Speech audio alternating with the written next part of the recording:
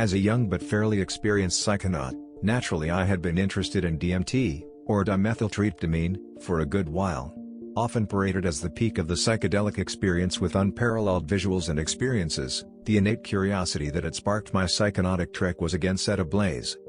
However, unlike more common psychoactives like LSD and psilocybin, DMT was also extremely difficult to stumble upon. Thanks to an extremely good connection I had, I finally managed to get my hands on about 250 milligrams and a meth pipe.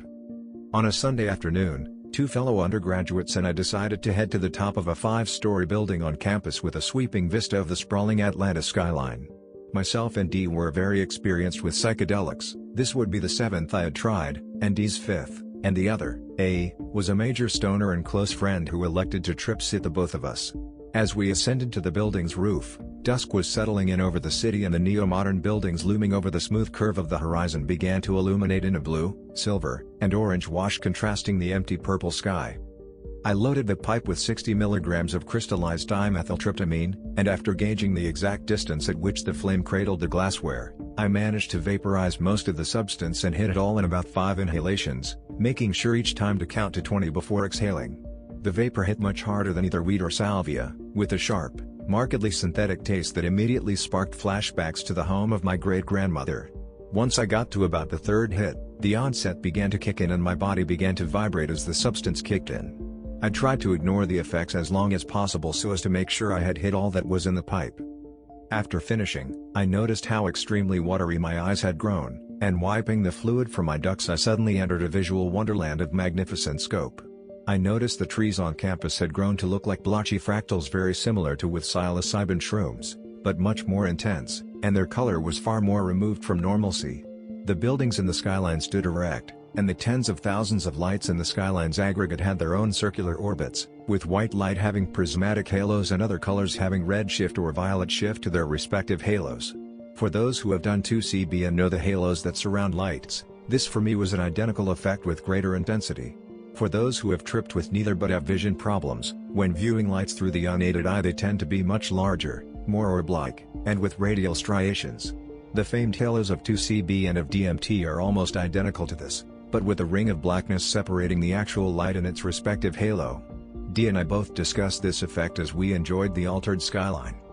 I also noticed amazing fractals on the white roof of the building I was sitting on. They were not like the swimming symbols of LSD nor like the creeping moss of shrooms, but extremely intricate patterns that refused to flinch upon even the closest inspection.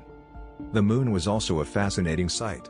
When I've looked at the moon through a thick window, I've noticed that it appears several times in a linear trail that gets slightly smaller and duller. This same effect was present with the moon, but instead of 4 moons virtually identical in color, I saw 4 collinear moons, with the first being a glowing white, the second a deep blue, the third a radiant green, and the last being blood red.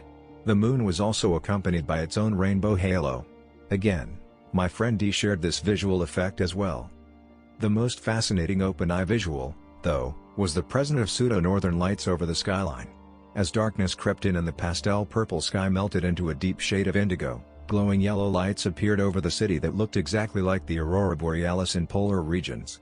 My friend and I both sat back in awe as the formless waves of color danced over the skyline, constantly asking our tripreportsyt A, "Do you see that?" Only to be met with laughter and a succinct no.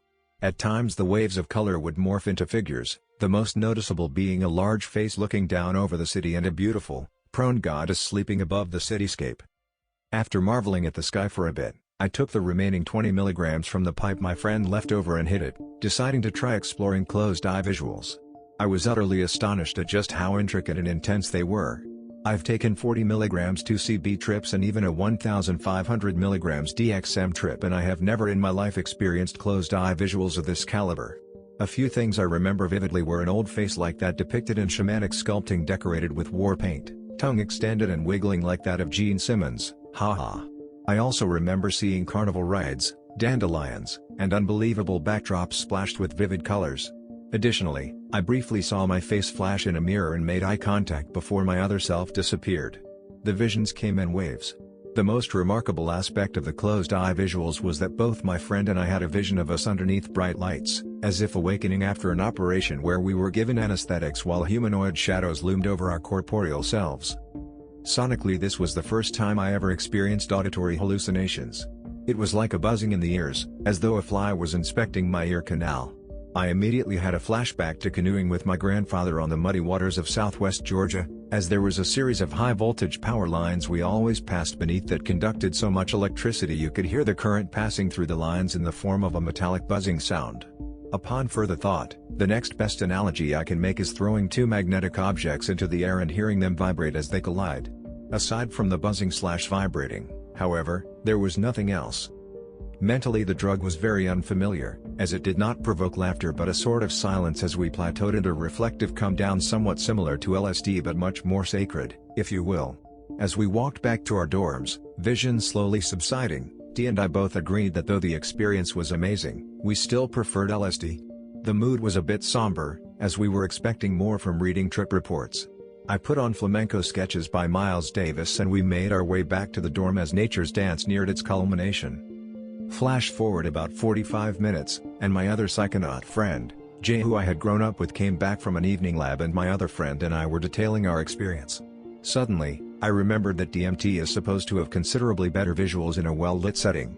Though the skyline and moon provided a nice picture to ingest, it was still too dark for an ideal trip. We decided we'd try it again indoors, but as to not waste much we elected to take smaller dosage trips.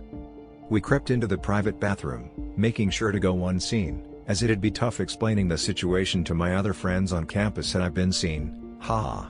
We sat on the floor in a circle and I showed them again how to load and light the pipe since I would be going first. This time I stocked it with 40 milligrams of DMT. There was still a bit of yellow fluid in the bottom from earlier. Knowing how to better vaporize the crystals this go-around, I managed to milk the pipe and nail everything in 3 hits over about 90 seconds. As I hit the second time my body began buzzing again. As I took the final hit and held my breath, I was blindsided by increasingly intense closed-eye visuals that reached a point analogous to orgasm, prompting me to exhale and open my eyes. I stared in disbelief at my friends, for I've never experienced colors of that intensity. The skin of my friend D, who was Persian, was glowing orange and his hair was washed in purple and green hues reminiscent of what I see on LSD. The tile floors were patterned wastelands of unutterable intricacy. I handed them the pipe, kneeled like the thinker, and closed my eyes to explore the CE verses more deeply.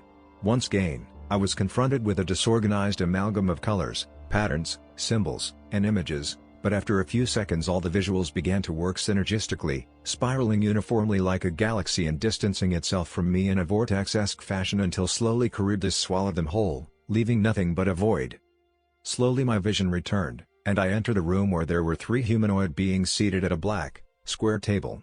They all sat erect and silent, like silhouettes or the black outlines of mannequins, but on their bodies swam the most beautiful geometric and fractal patterns of blues, oranges, and greens I've ever seen. My auditory hallucinations migrated from a buzzing sound to a low, unintelligible speech in an indiscernible language the beings were using. Slowly, they began to show me their foods and digest them in an almost erotic manner that brings to mind the Hardee's commercials of scantily clad women slowly biting into bacon cheeseburgers, but less sexualized and more spiritual. 2 of the beings proceeded to make out with one another, lol, please bear with me, but in a ritualistic manner that was deeply moving. As I felt our time together drawing to an end, suddenly I heard a loud knock on the bathroom door. PL on duty. Hurry up. My friends and I stared at each other in sheer terror. Sorry, I'll be out in about a minute, I replied before quickly grabbing all our things, bagging them, and slipping out the room with my friends still inside. The visuals had begun subsiding as I scurried back to our dorm, heart pounding and worrying that we might get caught. D and J got back a few moments later, also scared out of their minds, and we began talking about what we had seen. J had visions of the Cheops pyramid shedding tears that slid down the slopes of the monolithic structure, and D saw Amazonian art darting across the surface of water. Both had taken slightly less than myself, 30 milligrams, hence their experiences were not quite as intense. Regardless, we all marveled at how amazing our visions and experiences were. I spent over an hour reflecting heavily on my experience and telling my other experimental friends exactly our experiences to keep fresh the awe-inspiring trip. Now, 5 days removed from the experience, I finally managed to interpret my vision and practically apply it to my life. What the beings were trying to communicate is the unique taste for pleasure acquired by humans that really separates us from the rest of the biological world. Sure, Dolphins also experience sensual gratification, and domesticated animals also can behave in hopes of reward and pleasure, but their primary objective is survival. Somewhere along the span of time, different enclaves of man shirked the primary objective of survival for a life predicated on pleasure and comfort. As we advanced as a civilization and found comfort in our innovation, we climbed a rung or two in the predatorial hierarchy that allowed us to focus more on pleasure than survival. Primordial man's most basic sources of pleasure as the human race evolved consisted largely of a more balanced and regimented diet, increasing sexual pleasure, and larger periods of rest. These three most intrinsic forms of gratification were the most noticeable desires of a man stoned on cannabis. Before this trip, I had given up a habit of smoking cannabis and wax heavily multiple times a day and actually experienced terrible withdrawals, including extreme irritability and insomnia. In a way, they were reinforcing my temporal abstinence from smoking weed. They were showing me that although it is okay for us to occasionally enjoy pleasurable endeavors, living for them on a daily basis impedes our very desire to innovate and advance as a society. It was a lesson in moderation. Since then, I've had considerably less irritability and somewhat less insomnia. The desire to smoke pot has subsided almost entirely, and consequently my mental faculties have noted marked improvements. My anxiety has been almost entirely absent, and not a solitary thought of depression has plagued my cognitive processes. Despite being a longtime skeptic and student of philosophy, I now have a belief in something beyond our existence and a heightened conviction about the verity of rationalistic epistemology. Briefly put, this was one of the most positive, impactful experiences of my life.